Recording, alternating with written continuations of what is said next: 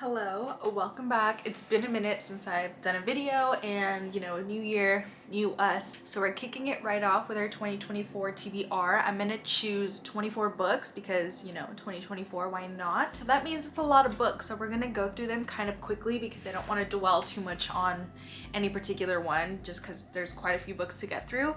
So I have my handy dandy list right here. We're gonna get started. So first we are going to go with A Little Life by Hanya Yanagihara, I believe is what it's called.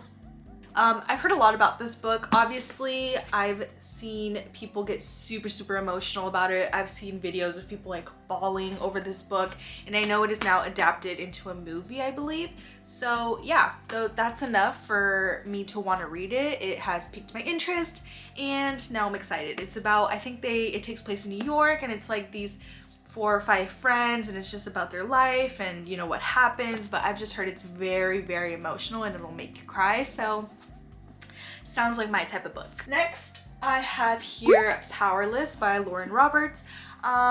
This is just kind of talked about a lot, and I'm not the biggest fantasy girly, but I did step into a few little fiction worlds last year and I enjoyed it. I liked it. I think my biggest fear is like FOMO, so I don't want to have FOMO with this. That was what I felt with with Fourth Wing. Read it, enjoyed it, so I'm like, okay, I'm gonna try again. So with this one, hopefully I'll like it as well, and we'll just see. I've just heard that the romance between these two characters is really good, kind of top tier, and I'm a romance gal, so if you can sell me a book with the romance, whether it's thriller or fantasy or whatever, I'm gonna pick it up because I am a romance girly at heart, if you know what I mean. So yeah.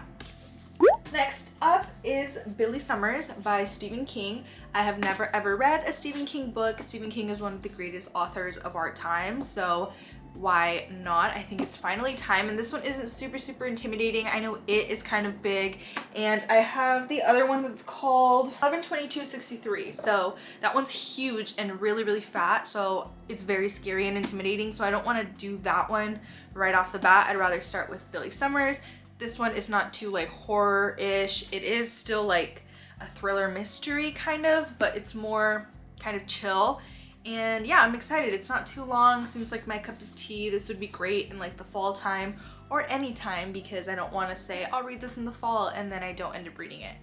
I had it on my TBR this last year in the fall time and I didn't read it, so I'm excited. We'll see what this is about. It smells really good. Next up is Kristen Hannah, The Nightingale. So long story short, I have never ever read a Kristen Hannah book, and I've just seen way too many people talking about her writing. They say it's beautiful. I'm a big fan of historical fiction. I don't think I didn't read nearly enough historical fiction last year, so this year I definitely want to kind of put that as one of my top genres to read.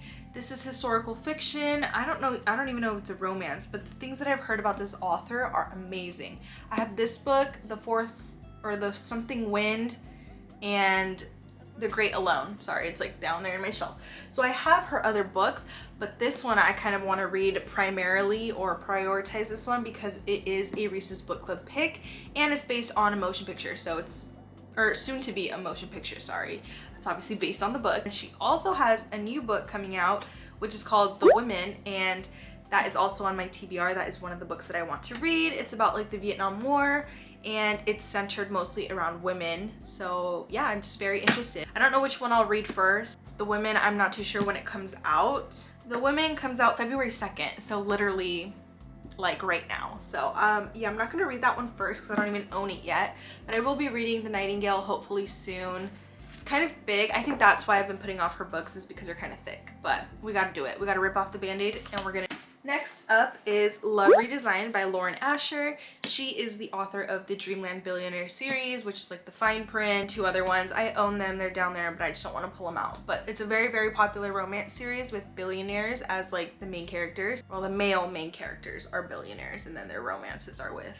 But I only have 1 book left in that 3-book series. I read the other 2 last year, enjoyed them. Those were my first Lauren Asher books ever. And then I saw this one at Barnes & Noble and I was like, this looks interesting. Like the cover is really pretty. It's like really cute and it called my attention.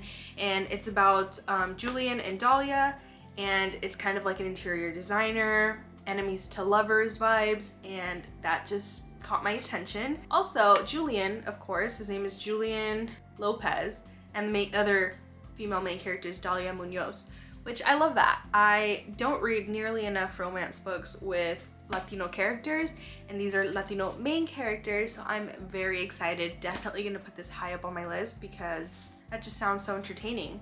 Plus, this is the beginning of a new series. So next up is Flawless by Elsie Silvers. This is not Silvers, Silver. This is a romance, and it is about a bull rider. That's like the male character's employment or job. It's a very long series. This is called the Chestnut Springs series, and the last book in this series came out last year. So I honestly have no idea even how many books are in the series, what I'm getting myself into. Oh, there's not that many, there's only 4. So I can do it, that's doable. If they're around this size, then even better because they're not that long and chunky. This cover is like beautiful. This book is really pretty. I've just heard so many things about this. If you're a romance girly, then you've probably heard about this book too, and that just makes me want to read it. Okay, I'm gonna dive into some books that I don't own. So the first one would be Just for the Summer by Abby Jimenez. This book has not come out yet. It comes out April 2nd, so in a few months. And I'm very excited about this because last year I read 2 Abby Jimenez books, and she is already one of my favorite authors. Her writing is super awesome. Okay, that's not a great way to describe it. Her writing is really good, but what I meant to say was her like meet cutes are the definition of a meet cute. Like random, one of them is like a girl, she gets stuck in a ditch and the guy who helps her out. Like that's the meet cute, right? So that's really entertaining and unique, I feel like. Like look how cute this cover is. Even if I didn't know who Abby Jimenez was, I would want to read this based on the cover. Another one is Funny Story by Emily Henry. I've read almost every single Emily Henry book. The only one I haven't read is People We Meet on Vacation, and I do own it. I just haven't read it yet. I don't know why. My journey with Emily Henry has literally been like this because the first book that I read was Beach Read. Wasn't a huge fan. I probably gave it like 3 out of 5. Like it kind of bored me, wasn't that great. There it was, whatever. Then I read Book Lovers, liked that one a bit more, 4 stars. And then I read Happy Place, 4.5 stars. So I'm definitely on an upward trend with Emily Henry, and she is one of, if not the most popular romance author right now. So of course this is on my TBR, and it comes out April 23rd. I don't know if I already said that, but again, the cover, it's really cute. Her covers are really good. That alone, like if you have a good cover, I'm probably gonna read the book or want to read the book. The next one is The Paris Daughter by Kristen Hannah. Now, I honestly don't really know what this is about. I'm assuming it is a historical fiction. Yeah, it takes place in Paris, 1939. The reason I picked this up, or I put it on my TBR, was because Kristen Hannah is actually the author of The Book of Lost Names, which is probably like top 3, top 5 favorite books ever for me. That book literally changed my life. It is beautiful. It's a book about books, which I love, and it was just very emotional, which again, those are my types of books. So I'm excited to see what this one is about. She wrote this it came out last year, I believe in 2023, so it's still pretty new. I got it from the library, so I literally have to read this soon if I want to read it because I'm gonna have to return it. So another book that isn't out yet that is on my TBR is Daydream by Hannah Grace. She is the author of Icebreaker and Wildfire. One of the characters in Daydream, or one of the ones on the cover, is from Icebreaker. So of course, it's kind of like an interconnected universe in a way, so very excited. Cover again is a beautiful lilac lavender color. I just want to eat it up. And that one comes out on June 4th. So I have some time to read Wildfire first and then Daydream. Okay, another one that's gonna be kind of interesting is This Summer Will Be Different by Carly Fortune. She is the author of Every Summer After and Meet Me at the Lake. I own both of them. This one was like a 4.5, 5-star romance, super good. This one I gave like 3.5 stars. I think it wasn't that great for me in my opinion, so I want to see what this one is like. I've already seen an advanced reader copy review of someone saying that it was like amazing, and so I'm like, ooh, obviously that's like, you know, now I want to see what it's about, now I want to read it. And since I already own these 2, I want the 3rd, and just the covers are really pretty. And I like her writing. I like Carly Fortune's writing. It's not all about the covers. I did enjoy these. These are good romance books, so they're like nice little palette cleansers. This Summer Will Be Different comes out May 7th, so in a few months. Next ones, I'm gonna kind of, they're 2 books, but it's the first book and then what's it called? The next book. So it's like a little series. It is Divine Rivals and Ruthless Vows. So it's Divine Rivals and then Ruthless Vows. Ruthless Vows literally came out like a month ago. It was brand new. Haven't read them, seen a lot of people talk about them. It's another one of those like romantasy series. So it's romance and it's fantasy. The biggest reason why these are on my TBR is because I've just seen so many people talk about them. Book reviewers that I enjoy and watch have liked these books, so I think I will like them as well. Moving right on. Next up will be A Love Song for Ricky Wilde. This is a book by Tia Williams, and this is on my TBR because I read her book 7 Days in June, which was a Reese's Book Club pick a few years ago, and I think to this day is probably top 5 romance books for me. I just remember reading that and being like, it was just so good. It was the tension, the angst, I don't remember if it was dual POV, but I think it might have been. It was like dual timeline for sure. It was just a great story in general. So that's kind of when I fell in love with Tia Williams' writing. And this one, again, the cover is intriguing. It reminds me of Moonlight, the movie. I haven't seen it. I saw like parts of it, but that's what it reminds me of. And it just, I was like, okay, I loved 7 Days in June. If this is anything like that, it's another romance. So of course it's gonna pique my interest and I'm gonna wanna read it. So I put it on my TBR. It is out on February 7th. So literally in like a week. So that's great, but I probably won't read it right as it comes out. I do actually want to read it in the month of February because it's Black History Month, of course, and also because it'll be a new release. So I might be reading that next, or soon. Not next, but soon. Next up, we have Daisy Hates by Miss Jessa Hastings. This is book number 2 in the Magnolia Parks universe series. Yeah, she is introduced in the Magnolia Parks book, and I actually think I'm gonna like Daisy Hates better than Magnolia Parks. I don't know why, I just get that vibe. I think her family is really interesting.